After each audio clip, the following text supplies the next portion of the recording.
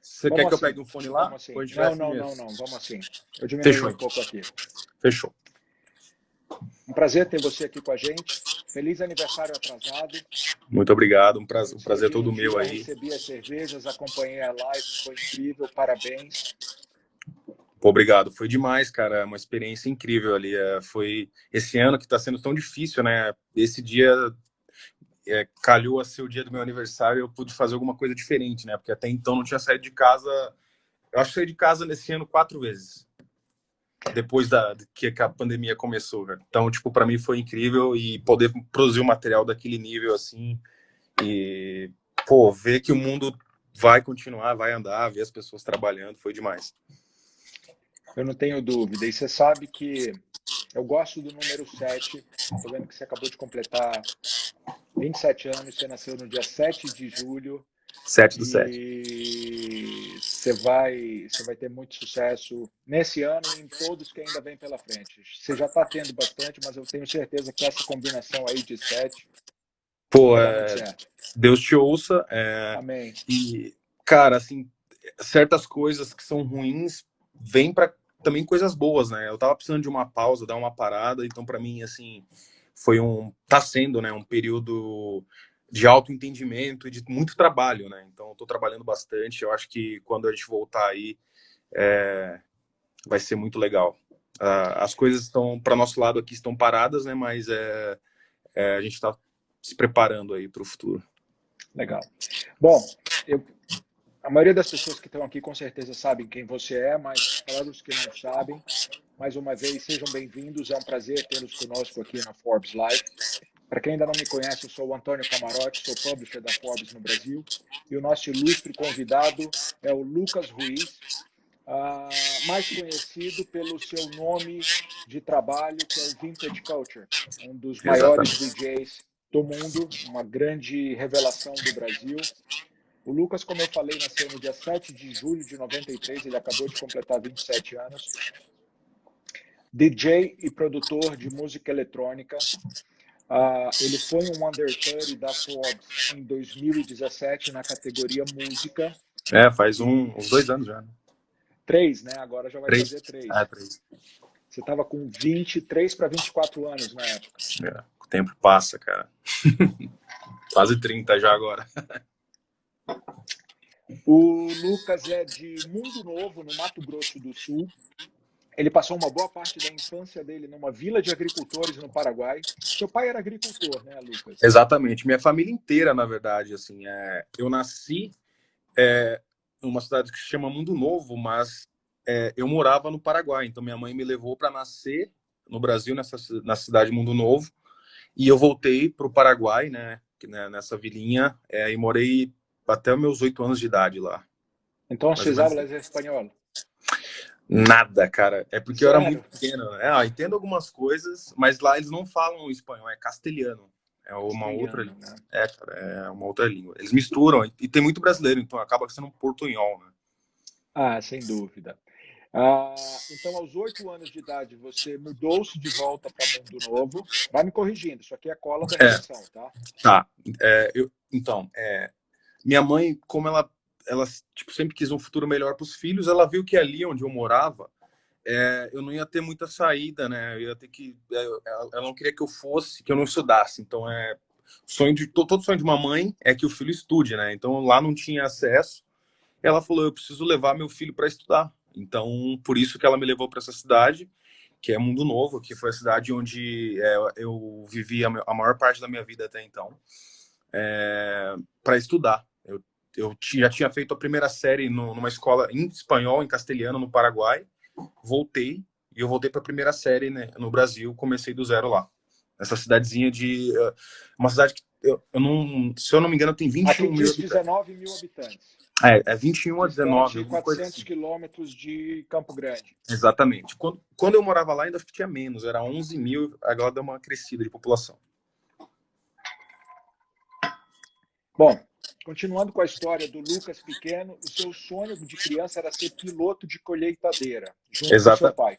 exatamente, porque assim, era o que eu via, né? E meu pai, meu pai ali o pai sempre é uma figura muito forte para os filhos, né? Então, Todo dia eu via meu pai chegando com a coletadeira, assim, até hoje eu gosto muito de agricultura, assim, e ele chegava e minha mãe conta várias histórias, assim, que uma vez ele chegou e eu tinha 5 anos de idade, eu vi meu pai chegando, eu fui correndo, tropecei, assim, até hoje eu tenho meu joelho machucado, por conta dessa história. Eu fui correndo e tropecei e caí em cima do vidro porque eu tava querendo ir lá com meu pai que tinha chegado com a coletadeira. Então, foi um sonho nutrido desde criança ali. Só que minha mãe não queria isso para mim, né? Ela queria que eu fosse, que eu estudasse, que eu, enfim. O sonho deles era que eu fosse fazer direito, né? Que eu até comecei a fazer e fosse um policial, a federal, concursado, alguma coisa do tipo. É engraçado que às vezes os nossos pais sonham por nós, né? Principalmente, você está numa geração posterior à minha. Ah, quando eu nasci, pelo visto, quando você nasceu também, os nossos pais gostariam que nós fôssemos advogado, médico, Médico, eles queriam que a gente fosse doutor, né? exatamente.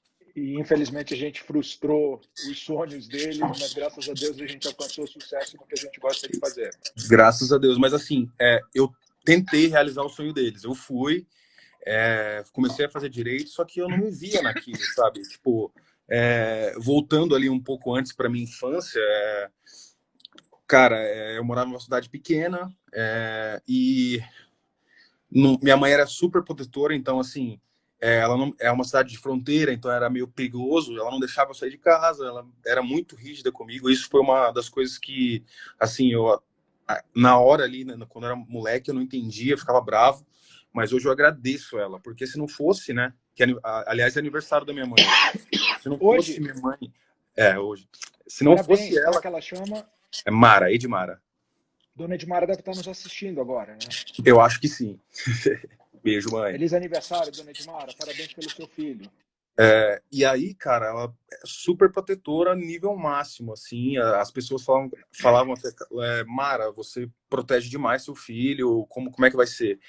E aí, nisso, não, eu não tinha internet em casa, porque era humilde, morava numa casa pequena, e a internet ainda naquele tempo não é igual hoje. Hoje a internet é padrão, né? Assim, a internet é como se fosse água.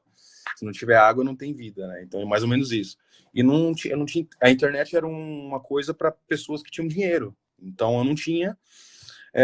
Então, quando eu comecei a estudar, meu pai quis me dar um incentivo e não sei se você lembra numa época que a Positivo Computadores do Brasil, que é uma fábrica brasileira, eles fizeram um incentivo e começaram a vender um computador muito barato, assim, para a galera estudar. E meu pai comprou um desse com bastante esforço para me estudar.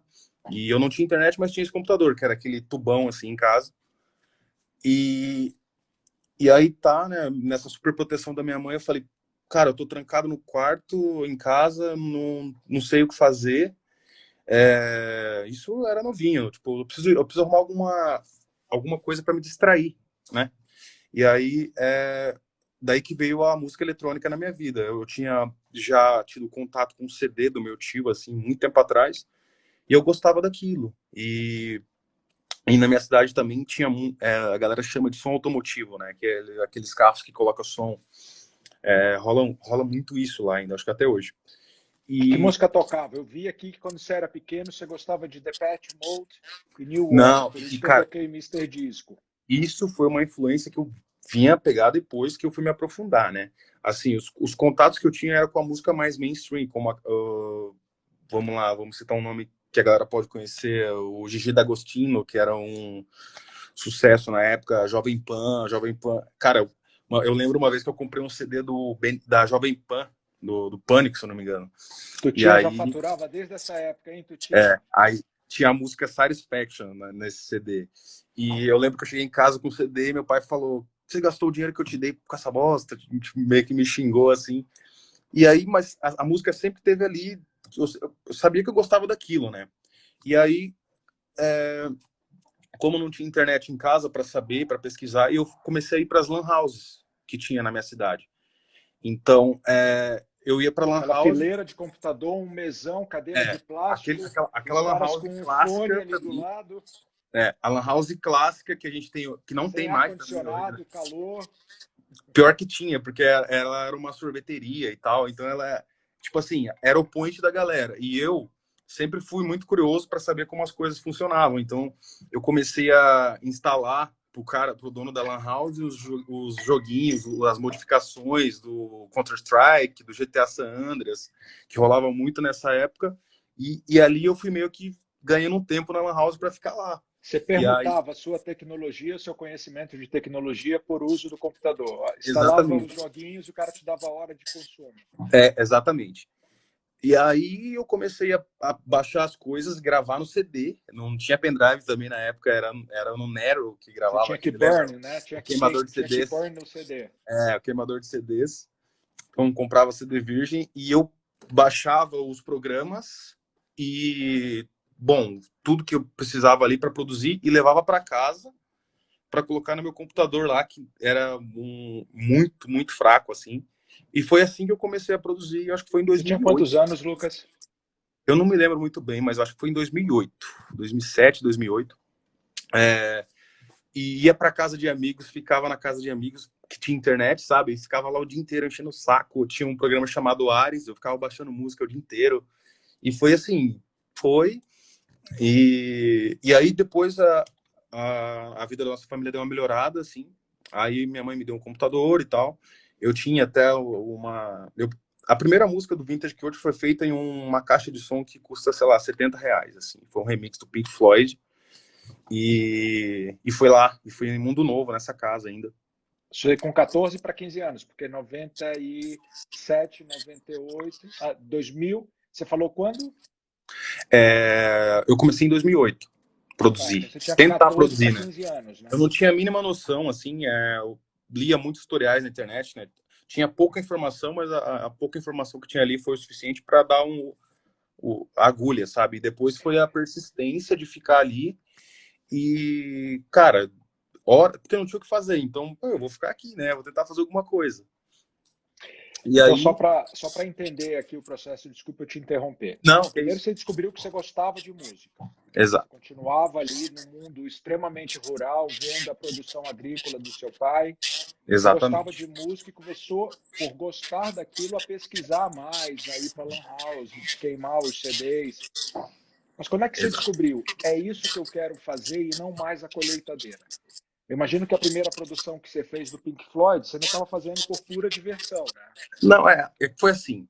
Quando a gente se mudou para Mundo Novo, que é uma cidade um pouco mais desenvolvida de onde eu morava, porque era uma vila mesmo, assim, terra, não existia asfalto, era tipo, eu falo assim, não com um termo pejorativo, mas era tipo uma vila do Chaves, só que um pouquinho maior. Todo mundo conhecia, cada um tinha sua função, sabe? Era rural mesmo o lugar, era tipo, era bizarro, assim. Eu acho que esse lugar, eu não lembro se existe mais, porque eu não tenho mais contato lá. Mas era assim, era no meio do nada, assim. O contato que eu tinha com música, assim, era meu pai ouvia Leandro Leonardo, o sertanejo raiz, assim. Então eu gostava daquilo, ainda gosto. E aí um dia eu vi meu tio já era mais jovem, descolado, tinha um som e ele tinha um CD lá de música eletrônica e foi aí que eu conheci, né? Mas quando eu mudei para essa cidade, eu já tinha mais acesso. Então, foi lá assim que eu já perdi um pouco. Falar, não é isso que eu quero, eu tô aqui para estudar. Minha mãe quer que eu seja um policial, que eu passe um concurso, que eu faça, sei lá, que eu vire enfim, um concursado público. E esse foi meu objetivo. Falei, eu vou tentar fazer o que eles estão falando, né? Mas assim, a música sempre teve junto com isso, mas o caminho que tem hoje não existia. Não tinha o que a gente vê hoje no Brasil no mundo sim, mas aqui no Brasil a cena eletrônica era um pouco diferente, né? E muito difícil de se entrar. E eu lembro que um dia uma menina chegou na Lan House com CD não, com pendrive, já tinha pendrive nessa época, que era um pouco mais para frente aí já tava na Lan House por um tempo, e ela chegou, cara, esse DJ aqui tá tocando em todas as raves aqui do Paraná, ele chama Bruno Barudi, e foi esse cara que me deu, assim, o sparkling, eu quero fazer igual ele, eu quero ser igual ele, porque eu achava, cara, surreal, assim.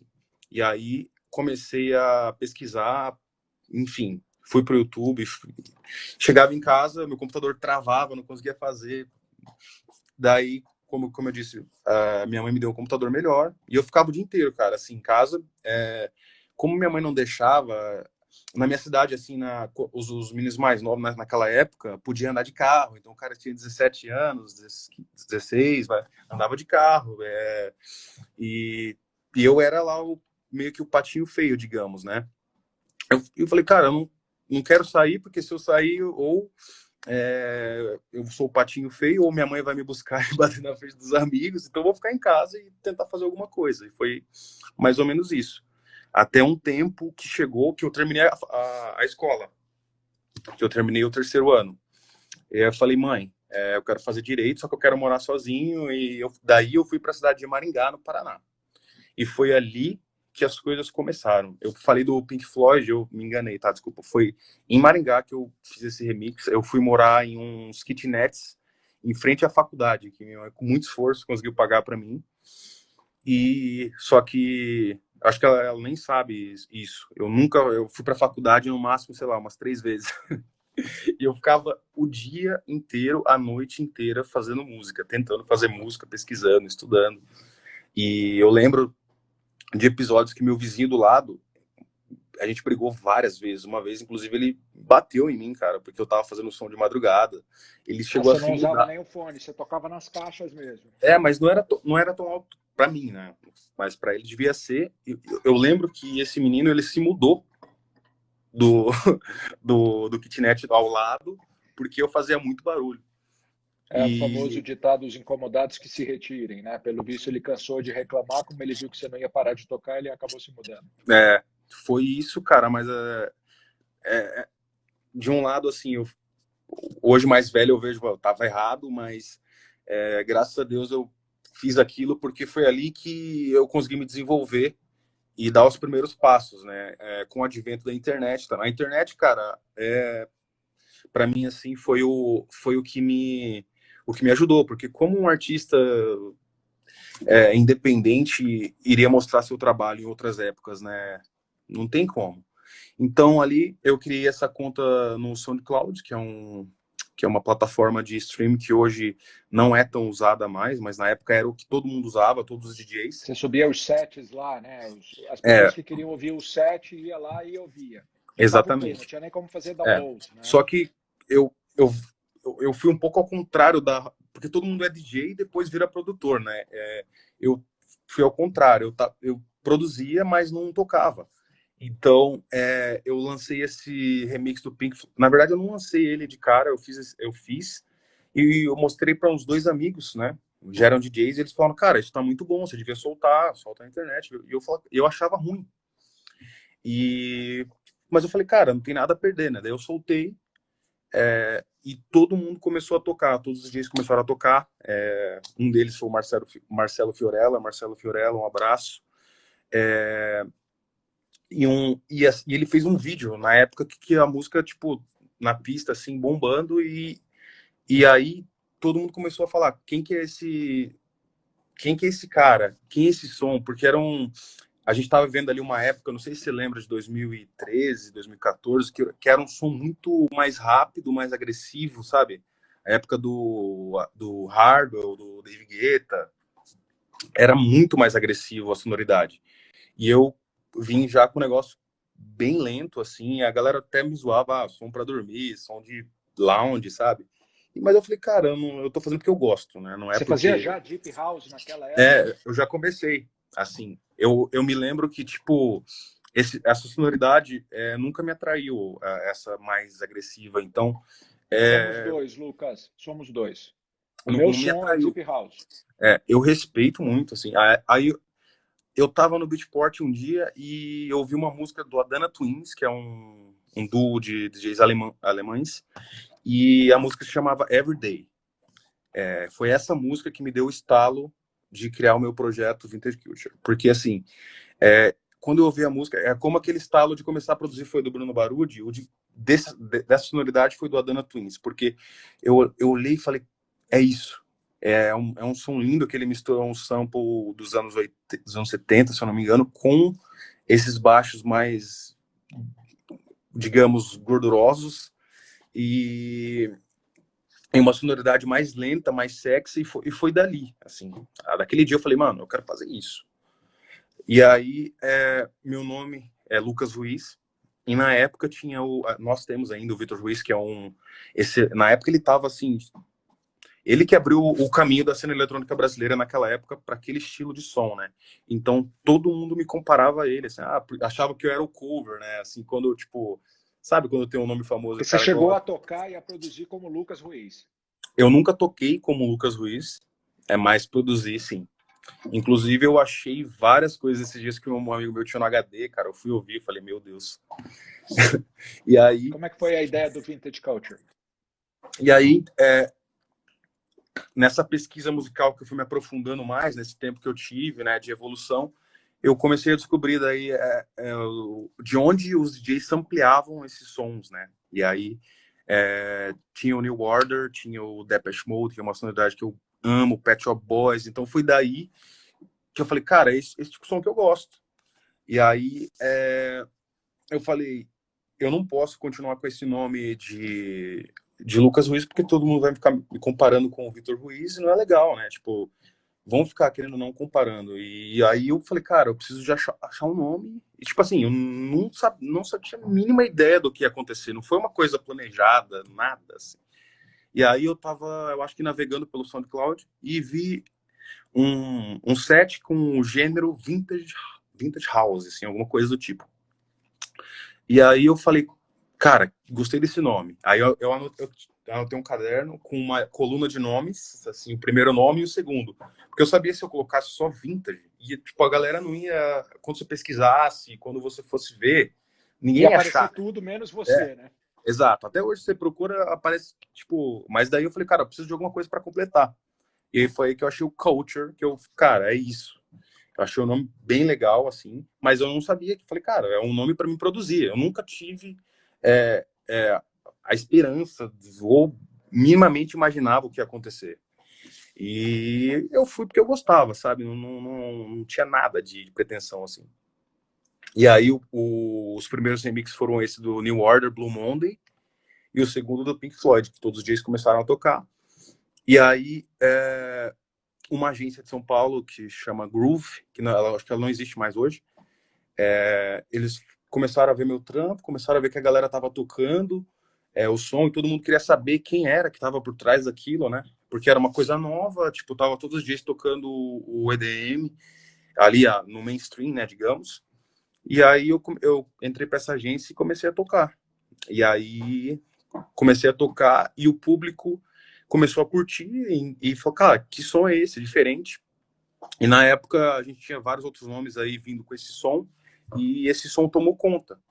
Por vários motivos, né? Por ser uma sonoridade nova, que era fácil da galera entender também.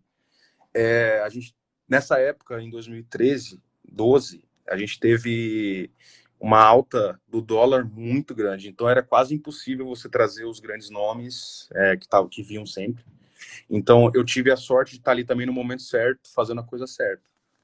Foi E no aí eu ano que eu comecei a lancei a tocar. Forbes, 2012. Eu lembro da alta do dólar do ano anterior, que persistiu em 12. Eu lembro muito bem disso. E aí meio que inviabilizou assim os DJs grandes de vir e dar lucro, né? Porque era muito caro, cara, tipo, sei lá, US$ 250 mil o cachê de um Guetta. Eu posso estar falando besteira, mas é mais ou menos essa conta que era na época. E vezes 4, vezes 3,5, a galera começou a ficar com medo de trazer. Então abriu espaço para novos produtores e para novos talentos, né? Então Você nessa estava com época 19 para 20 anos. Super novo. mais ou menos isso. E naquela época eu não tinha ideia disso também. Eu tenho hoje porque depois a gente olha para trás e vê, né? Eu só fui no flow, assim, no fluxo. E a gente tinha nessa época também o Vitor Ruiz, que estava em ascensão, e o Alok também, que foram para mim, assim, desse estilo, a gente já tem muito grandes DJs do Brasil, Gui Borato, Mark, Anderson Noise, posso estar esquecendo algum nome aqui, mas naquele momento, assim, os caras que começaram aquele movimento foram o Vitor Ruiz e a Alok. E eu tava ali na minha, assim, e a galera começou a gostar muito de mim, sabe? Tipo, eu falei, cara, beleza, eu não tinha nenhuma instrução, nada. Você já tinha largado direito nessa época ou você continuava cursando? Eu Três fingia aulas, que eu, né? Três ó, aulas, não. eu Três não. fingia que eu tava indo, mas não ia. Não ia. Mas você Eu ia estava pro... matriculado e você ainda estava em Maringá supostamente para fazer direito. Eu reprovei por faltas nesse ano. Eu nem sei também se minha mãe sabe isso. Se não sabia, vai ficar sabendo agora. Presente de Reprovei, aniversário, hein, dona Edmara? eu reprovei por faltas. Cara, eu ia pra faculdade, assim, tinha algumas coisas que eu gostava, mas eu abria o meu computador lá e ficava fazendo outras coisas na aula quando eu ia, né? Cara, tem amigos, assim, os amigos do fundão, né? Eles viam, o que você tá fazendo, Lucas? Tipo, o que é isso? E eu, tipo assim, todo mundo olhava com um olhar, assim, cético em relação ao que eu tava fazendo. Até mesmo meu pai, né? Ele falou, meu pai chegou, teve vezes, assim, que ele chegou no meu quarto e falou, se você não abaixar esse som, eu vou furar a sua caixa. Aí eu abaixava, só que eu esquecia, né? E aí, e metia a faca e furava mesmo, e furava o meu sonho. Putz, furou. Vamos começar de Eu li novo. uma entrevista sua que você disse que o seu pai reclamava muito porque ele te via muito tempo na frente do computador e um dia, quando você falou para ele que queria ser DJ, ele falou que você não ia ser nada na vida. Ele falou que eu não ia ser. Ele falou isso. Falou, oi, O cara, essa quanto isso frase. te desestimulou ou Não isso me. te deu mais força para fazer o que Cara, você está fazendo isso. hoje? Cara, no momento ali, assim, a gente não sabia o que ia acontecer. Então, quando ele falou, meio que passou daqui para cá, porque assim, eu fazia porque eu gostava, eu não queria, eu não estava pensando no futuro, que eu poderia ganhar dinheiro com isso, alguma coisa do tipo. Eu fazia porque eu gostava. Então, ele quebrava minha caixa, eu ia lá e ligava o fone de ouvido ou o speaker do computador e continuava. Aí depois minha mãe ia lá, me dava outra caixa, enfim. É, e foi assim por um tempo.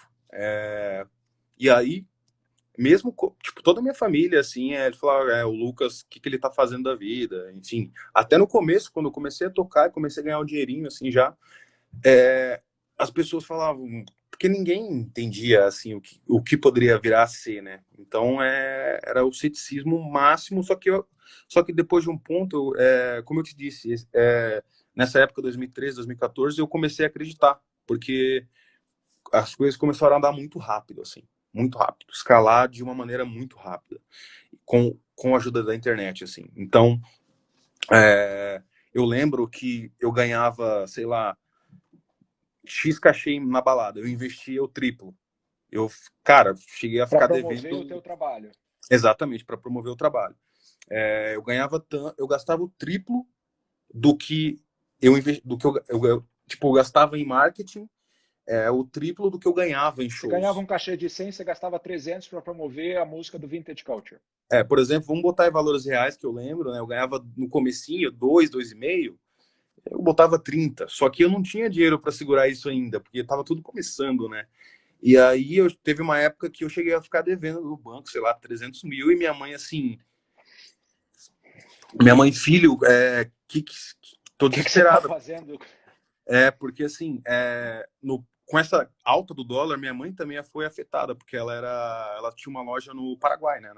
Então, os turistas pararam de ir, ela teve que fechar a loja dela lá. Então, e meu pai também veio a falecer. Cara, foi tudo assim num curto período de tempo. Meu pai veio a falecer, a loja da minha mãe faliu e eu fiquei assim, eu tava começando a tocar. E eu falei, mãe, sai daí, vem pra cá, pra Maringá, eu tava morando em Maringá, que eu vou dar um jeito, vamos aí.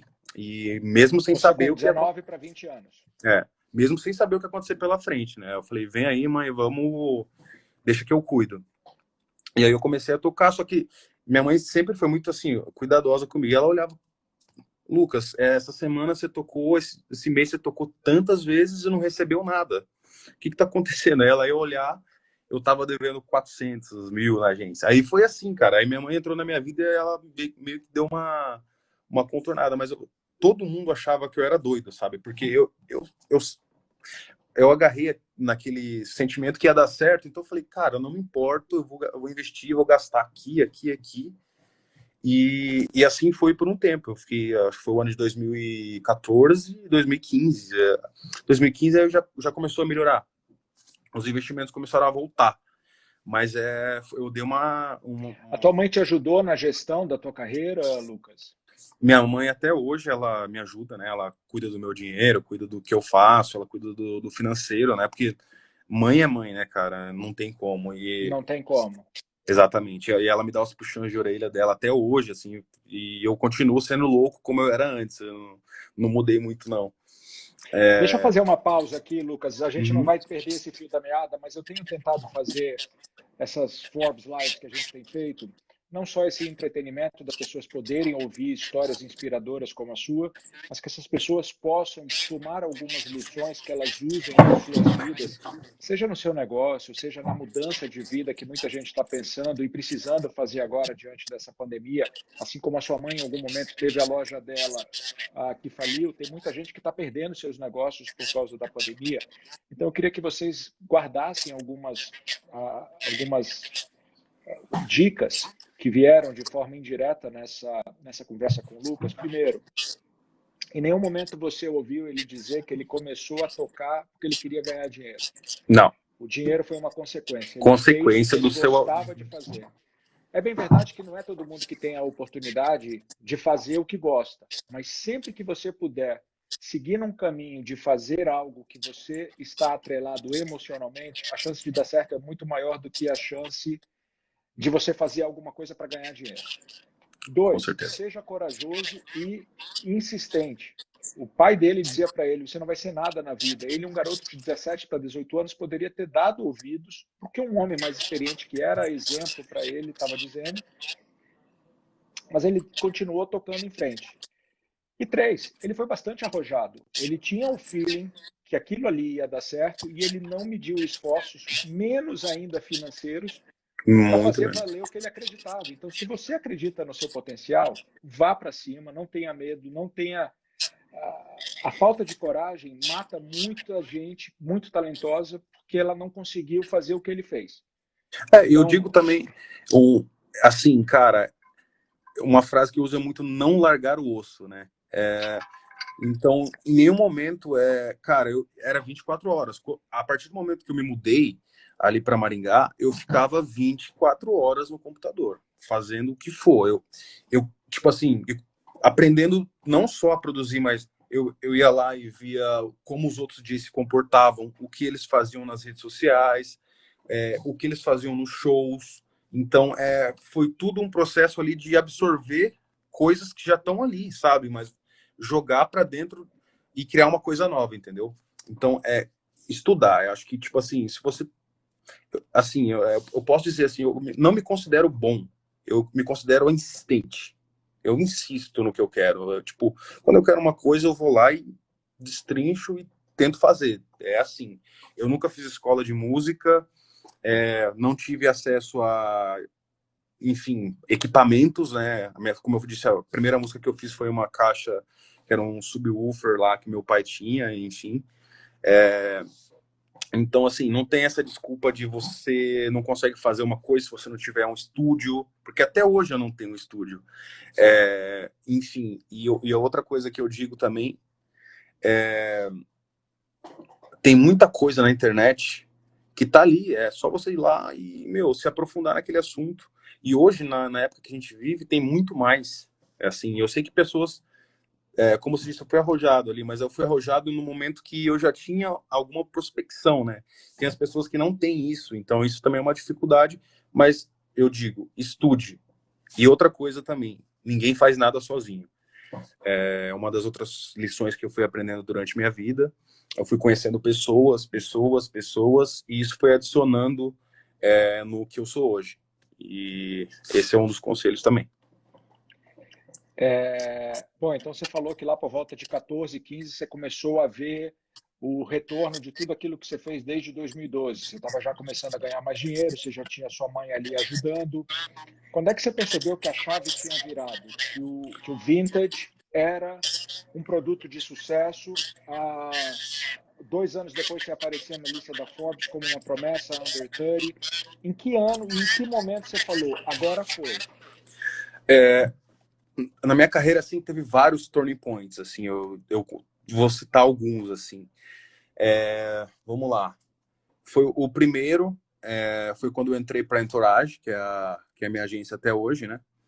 E ali, a Entourage, eles já tinham uma conexão grande com festas e clubes do Brasil inteiro. E aí, eu fui empurrado para várias pessoas, sabe? Tipo, eles falaram, ó, tem esse cara aqui, eu quero que ele toque para vocês, mas assim, o ser empurrado, ele é só uma vez, né? Se você for lá e não entregar o que precisa ser feito, não. Até o Gaspar hoje que trabalha comigo, ele trabalhava num clube e eu fui empurrado para ele lá, ele não queria, mas eu fui e entreguei. E aí foi indo, assim. Mas um turning point foi quando eu cheguei na Entourage, eu falei, Guga, eu quero tocar nesse festival, que era a Tribe Festival, que era um festival, é ainda um festival de multicultural aí de todos os gêneros. E eu falei, eu quero tocar nesse festival. E o Guga foi lá insistentemente e conseguiu para mim um lugar nesse festival. E eu tive uma sorte que eu ia tocar no horário até bom, mas o DJ que ia tocar depois, ele faltou, não sei o que aconteceu com ele, que ele não foi. Então eu peguei um horário melhor do que estava previsto. Então ali eu entreguei um trabalho onde tinha muita gente vendo e as pessoas gostaram, compraram a ideia total. A partir dali eu comecei a ser requisitado, né, para festas porque até hoje é assim, né? Um festival ele tem muita gente do Brasil todo, então todo mundo vê ali e vai ver o que vai acontecer, as tendências, né? Então ali a galera começou a gostar do meu som e conhecer mais, né? E ali foi um turning point. Aí o segundo foi o Kabbalah Festival, que foi no Hopi Hari, que é produzido pela Entourage. É um festival gigantesco e ia tocar grandes nomes da música eletrônica ali naquele dia. Eu ia tocar, eu lembro que era 5 da tarde, eu cheguei lá, pista vazia, assim. Aí eu falei, putz. Eu cheguei 4h40 por aí, assim, né? Cheguei com meus amigos, que até hoje estão aqui comigo. O Matheus estava do meu lado e ele falou, Lucas, será que vai ter gente aí? Eu falei, não sei, né? Enfim. E aí foi começando da hora para tocar e começando a lotar. Assim, era um espaço para 30 mil pessoas e tava vazio. E quando eu comecei a tocar, tava lotado. Tipo, não tinha espaço para mais ninguém ali. E ali eu vi, cara, tem alguma coisa aqui, tá rolando alguma coisa. E esse foi o segundo. E aí, trabalhando em músicas, né? A música tá nisso, consequentemente. Eu consegui engatar uma boa sequência de músicas. E o Turning Point 3 foi o Tomorrowland Brasil, quando o Tomorrowland veio pro Brasil eu não me lembro que ano que foi 2015, 2014, eu não lembro. Eu acho que foi 2015. E aí a gente conseguiu um slot para tocar no palco do Dimitri Vegas, que ele era um amigo do pessoal da Entourage, e a gente costurou ali meio que um acordo com eles para tocar, meio que eu entrei pela porta dos fundos do festival, assim. E, cara, de novo aconteceu esse efeito manada que eu falei, tipo, eu cheguei lá, não tinha ninguém, e lotou a hora que eu fui tocar, assim. Esse, pra mim, foi um dos maiores turning points, e a partir dali, comecei a tocar no Brasil inteiro. E aí, música, engatei uma sequência boa de músicas, lembrando que nessa época ainda, as músicas que eu fazia eram todas materiais que eu pegava da internet e reciclava, sabe? Não trabalhava com vocalistas, não era um trabalho ainda autoral. Eu remixava, sampleava. A gente tem na internet também muitos packs, se chama de packs, né? Que vem ali vocais e coisas já meio que prontas. Então era o meu recurso naquela época, né? Eu não entendia muito bem como funcionava o mercado de gravadoras, eu não era assinado com nenhuma gravadora ainda naquela época. E foi esse caminho assim que eu fui seguindo. Me fala Até uma coisa, qual foi a sua música que fez maior sucesso? Cara, é difícil falar isso para você, porque tem várias, como eu disse, vários turning points, assim. Mas o primeiro turning point foi aquele remix, e depois uma música que marcou muito ali naquela época foi a Hollywood, que foi a música que eu abri o set na Cabala, e um remix para os amigos Dash Dot, que é a That's Why, que até hoje a galera ama. Então, nessa sequência, foi That's Why, Sometimes, Eyes também. E Eyes, inclusive, é um vocal que, cara, é um vocal de um pack, assim, sabe? Por exemplo, hoje, eu sei cantar. Eu vou lá e gravo 6 vocais e boto para vender na internet, sabe?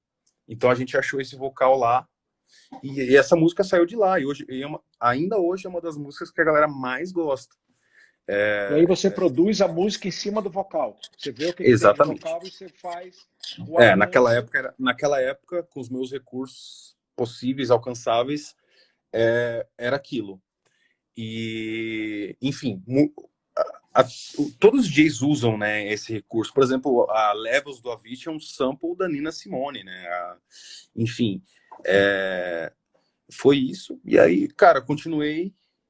As coisas foram acontecendo. Eu toquei EDC, que quando veio para o Brasil também, Rock in Rio, Lollapalooza.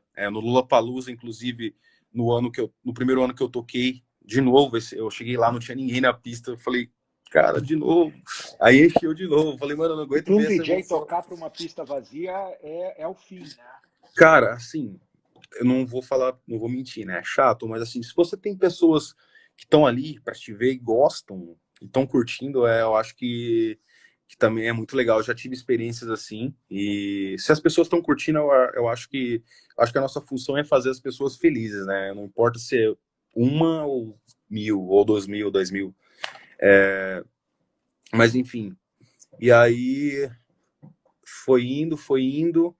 Até que a Spinning Records, que é uma gravadora alemã, que hoje é da Warner, me chamou para entrar no casting deles, enfim. E foi ali que eu comecei a ter mais contato com material original. Então, comecei a trabalhar com vocalistas, ainda colaborando com produtores brasileiros. Eu sempre fui muito colaborativo, eu sempre ouvi tudo que me mandavam. Eu descobri muitos artistas que hoje estão aí por aí, que fizeram música comigo no SoundCloud, na internet, me mandavam as coisas, eu ouvia. E sempre você acha coisa boa quando, tipo assim, você recebe 100, mas tem 2 boas, mas são boas. Então,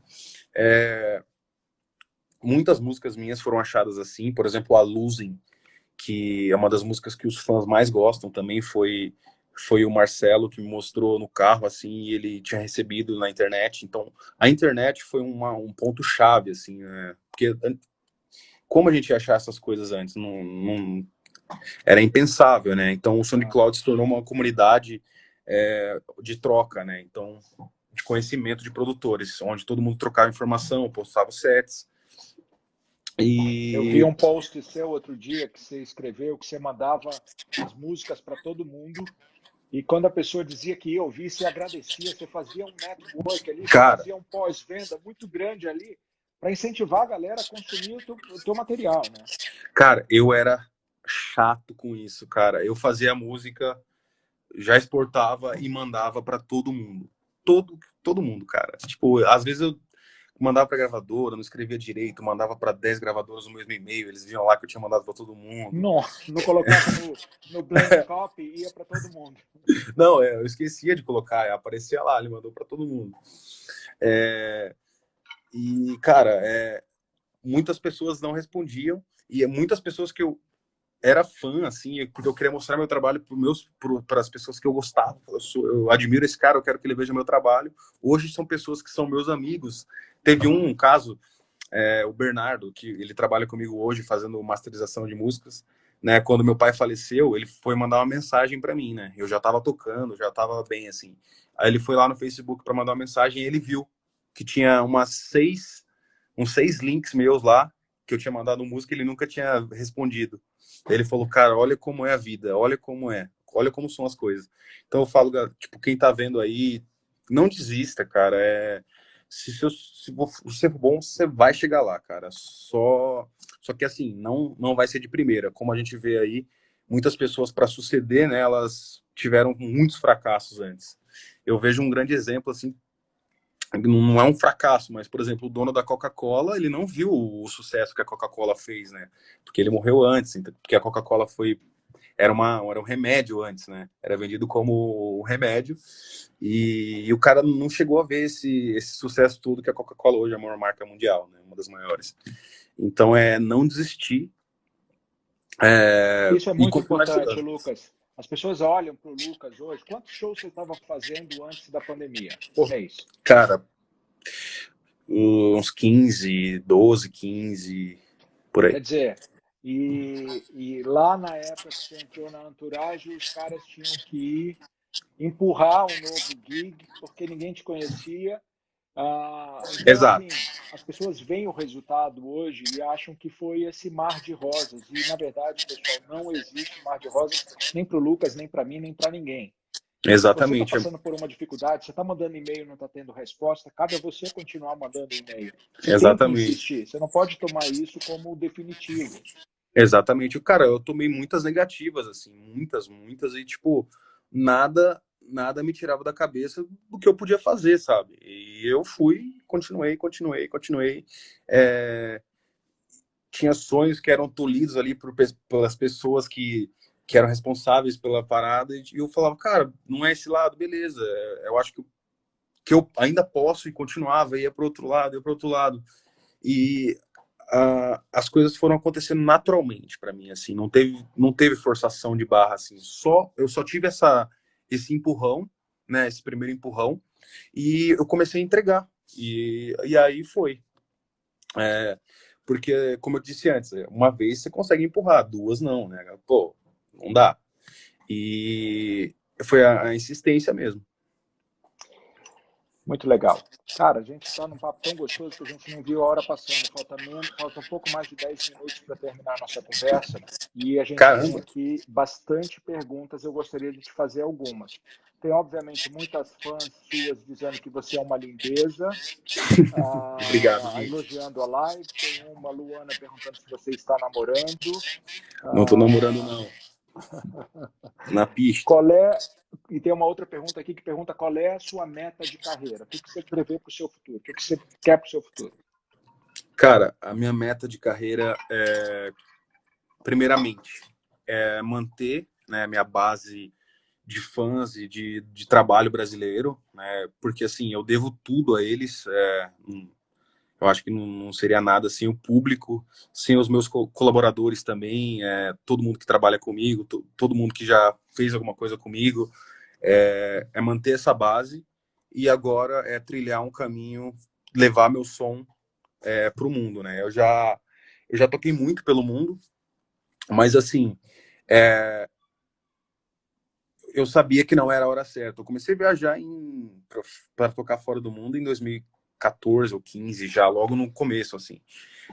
E cara, eu sabia que não era a hora, mas eu falei, cara, eu vou, porque todo mundo vai, e se eu não for, vão falar que eu tô para trás. Então, eu acabava indo, e isso foi até um fator que me consumiu muito, assim, que me fez ficar ansioso, de não me sentir bem com o que eu estava fazendo, mas eu sabia que eu precisava fazer aquilo para não ficar para trás, né? Enfim. E só que hoje, na época que a gente está vivendo, um pouco antes da quarentena, eu consegui achar um gap no mercado, um termo, onde eu tô, onde eu tava vazio, sabe, assim. Então, meu som hoje, ele consegue ser muito bem aceito lá fora. E então minha meta futura, respondendo a pergunta, é conseguir internacionalizar de forma legítima, que as pessoas realmente falem, chancelado por nomes grandes. Então, hoje eu estou fazendo colaborações com grandes artistas da música eletrônica, que foram inspirações para mim. Por exemplo, o Tiesto, estou fazendo uma música com ele. Se eu não me engano, vai sair em setembro, eu acho. Eu fechei com uma grande gravadora que eu era fã, que se chama Defected. Cara, tem muita coisa assim acontecendo no cenário internacional para mim. Estou muito feliz assim. E sabe quando você sabe que chegou a hora, igual naquele momento que você fala, qual momento virou a chave? Então, eu tô sentindo que a chave tá virando, né? E então, a minha meta é conseguir fazer isso. Então, eu tô todo dia trabalhando na minha sonoridade, porque eu não quero perder também a essência, o que tinha, que as pessoas. Eu quero levar o que eu fiz, eu não quero chegar e ter que copiar o produto gringo para apresentar para eles. Eu quero mostrar o meu produto, a minha música, a minha história para eles, entendeu? Muito legal. Vamos ver mais uma pergunta aqui. Tem muita gente parabenizando. Tem uma pergunta aqui. Pergunta se o Lucas é da galera. Sou da galera. Ainda Ah, uma pergunta aqui: qual foi a parte mais complicada dessa carreira até agora? Cara, a parte mais complicada para mim foi 2018, 2018, se eu não me engano, ou 2019. Foi assim, teoricamente, cara, eu já fiz tudo, já tenho tudo que eu quero, tenho a vida perfeita, mas não estava feliz, né? Então eu comecei ali a ter crises de ansiedade, essas coisas que são típicas. É, muitos artistas amigos meus têm, eu conheço muitas histórias, todo mundo tem ainda, é um tabu isso, né, de falar de ansiedade, depressão, então eu comecei a ter uma agonia, sabe, em diversas festas que eu comecei, estava tocando, uma rotina, é a rotina também, né, então essa rotina de tocar muito, acabou me levando aí a ter esses ataques de pânico, então eu estava ali tocando em uma festa, tendo que me entregar 100% para uma multidão, mas aqui, tipo, eu tava achando que eu ia morrer, sabe? Eu tava achando que eu tava com o coração acelerado. Então teve um mês que eu fui pro hospital 4 vezes achando que eu tava com problema no coração, Infartando. que eu ia morrer e tal. E aí eu ia no médico, o médico falava, oh, você não tem nada, você não tem nada. E, e aí que o cara falou, cara, você tem que procurar um psicólogo porque você tá com sintomas de ataque de pânico. Então essa foi uma época muito conturbada, porque eu não sabia o que estava acontecendo comigo. Então, o ataque de pânico estava me levando já a uma depressão, porque eu não queria sair de casa, porque eu não queria mais tocar para mim já não estava sendo tão prazeroso. Foi um período curto, mas foi muito difícil assim. Mas Você agora, conseguiu? Você está bem? Você saiu porra, dela? tô sempre 200. Eu digo pro meu psiquiatra que eu tô melhor do que eu tava antes. Do que eu achava que eu tava normal, mas tipo, mas agora eu tô muito melhor, graças a Deus. É muito legal você falar sobre isso com a franqueza e com a clareza que o tema merece, porque tem muita gente que passa por isso e acha que está com algum problema. É um problema, mas é altamente solucionável. Que bom que você Então, teve a ideia de procurar ajuda médica. E isso tem uma. acontece com bastante gente, não é só com talento. Cara, Empresários sofrem com isso. eu conheço ao meu redor muita gente, cara, e muita gente é contra eu não vou tomar remédio, eu não quero tomar. Cara, foi o que me ajudou, assim, me livrou de uma angústia, sabe, de um vazio. Que eu falava, cara, por que eu tenho esse vazio? Eu tô trabalhando, eu tô realizando meu sonho, eu tô tocando, conhecendo lugares, conhecendo pessoas, e eu não tava feliz. Eu falei, cara, não tá certo isso. E o Dr. Marcelo me ajudou muito, graças a Deus. E, cara, eu digo para quem tiver aí, se você se sentir assim, cara, procura ajuda, porque eu não sei explicar, assim, não tem por que ter Não, tem que preconceito procurar de. ajuda. Não A tem por gente, que ter preconceito. a gente tinha muito essa coisa das pessoas mais velhas achar que quem ia no psicólogo, psiquiatra era doido, né? Então, é bizarro. E, assim, eu, sinceramente, quando eu via pessoas assim, eu falava, frescura. Mas depois que você sente na pele, você se coloca no lugar da pessoa. Então, hoje eu sou 100% assim. Até na entrevista que eu dei para Rolling Stones, eu falei muito disso. Eu quero abordar muito esse tema porque eu sei que muita gente sofre. Do meu lado aqui, de amigos e de ex, e ainda mais agora nessa época de pandemia, né? Que o futuro é Então, eu quero incerto. fazer um convite para você. No dia 11 de agosto, obviamente, você vê sua agenda, de manhã. Esse tema é tão importante que no dia 11 de agosto a gente vai fazer um webinar da Forbes sobre saúde mental, porque tem muita gente Pô, sofrendo disso cara, agora. eu tô A gente vai ter super alguns dos dentro. maiores psiquiatras do Brasil Muito falando legal. sobre o tema, muitos empresários, muitos empreendedores, muitos executivos, muita gente que trabalha ou que perdeu o emprego está sofrendo de problemas de saúde mental. E se a gente não tiver bem de cabeça, nada vai É, funcionar, né, Wilson? exatamente. Eu acho que, assim, a pandemia, a gente teve prejuízos de diversas maneiras, assim, que não, a gente não vai recuperar nunca mais, é um marco na história que a gente está vivendo, mas eu acho que a saúde mental das pessoas vai ser o mais prejudicado e vai perdurar por mais tempo. Vamos fazer a nossa parte para que isso seja o menor possível, o impacto menor possível. Porque É, eu já sofri disso também, eu sei que é muito é complicado, cara. limitador, você fica limitado, né? Exatamente. Você não vê mais graça, Ah, cara, acabou, né? Tipo, você vê como um fim, né? É bizarro. Sabe que eu sou um DJ frustrado, né? Eu ouço Já. música, eu já tive a Billboard no Brasil durante quase 10 anos, uma marca que Sério, você pô? Por que conhece, você não traz você de novo a Billboard? Billboard é super é, legal. porque a música, assim, faz muito sentido para o realizador de evento, para o talento, mas para a mídia, não deu nenhuma mídia certa de música no Brasil, né? A gente perdurou durante 10 anos. Pode ser que agora, num produto essencialmente digital, a gente É, eu possa. acho que o digital hoje talvez fique mais fácil, né? Porque você não tem a Vamos obrigação conversar a de imprimir. respeito. Você que é um cara que já vi que está com a veia empreendedora, vamos falar. É, Pô, legal. eu vou tocar uma música aqui, porque eu tenho que pegar o approval de um DJ para ver se você gosta desse tipo de som antes da gente encerrar.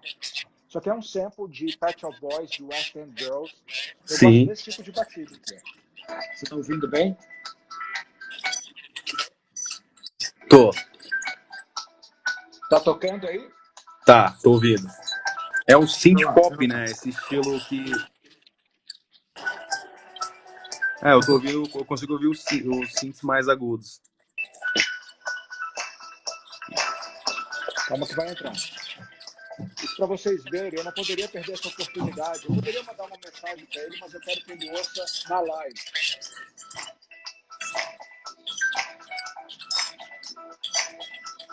Pode me convidar para abrir seus shows também. Eu não cobro nada, eu vou numa boa. Ô, olha só, eu queria depois te mostrar.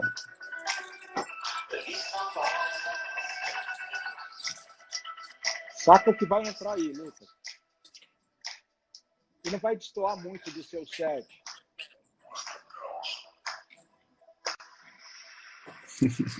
É lá que vai entrar.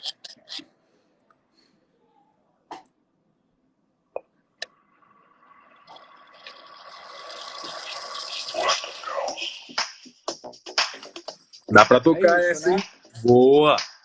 Então, é, já que a gente compartilha desse gosto musical dos anos 80, 70, eu queria até te convidar para ouvir.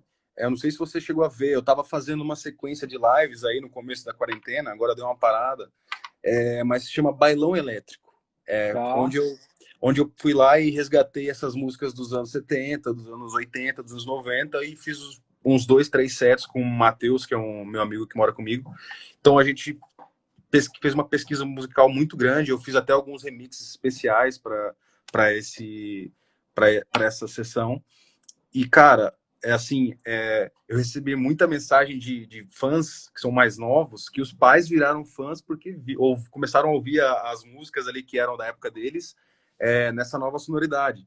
Então já até me deu uma ideia para quando a gente passar por tudo isso, poder fazer festa de novo. Eu vou criar uma festa chamada Bailão Elétrico, onde, Sensacional. onde a gente vai tocar só esses clássicos dos anos 70, dos anos 80, para os pais poderem ir com os filhos nas festas.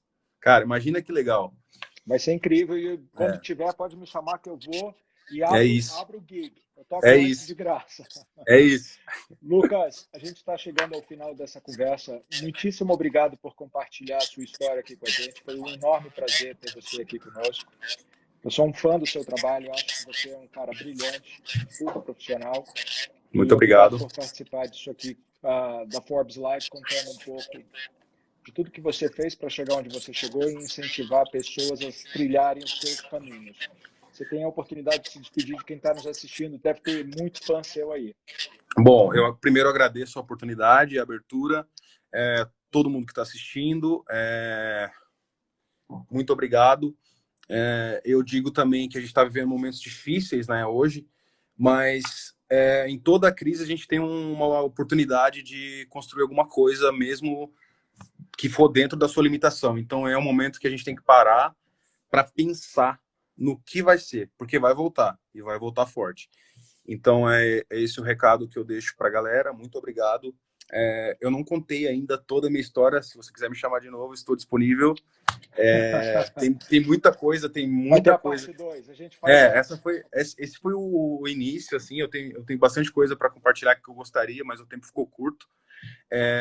Mas é isso, galera. Obrigado por ter acompanhado a live. E estou disponível também para essa live sobre saúde mental, porque Eu vou combinar com você. Vai ser um eu prazer acho ter você lá com um a gente. assunto assim super importante, que ainda é um tabu e a gente tem que falar disso. E é isso então, galera. Muito obrigado. E até a próxima. Lucas, se cuida, saúde, fica com Deus e a gente se fala em breve. Pessoal, Beleza, mais uma obrigado, vez, beijo. obrigado por participar aqui com a gente. Quem não assistiu a entrevista na íntegra, ela fica disponível no YouTube da Forbes e no IGTV da Forbes. E eu espero encontrar vocês amanhã em mais uma Forbes Live. Fiquem com É Deus. isso. Tchau, tchau. Boa Tchau. sorte, valeu. Boa sorte para nós todos. Tchau, tchau.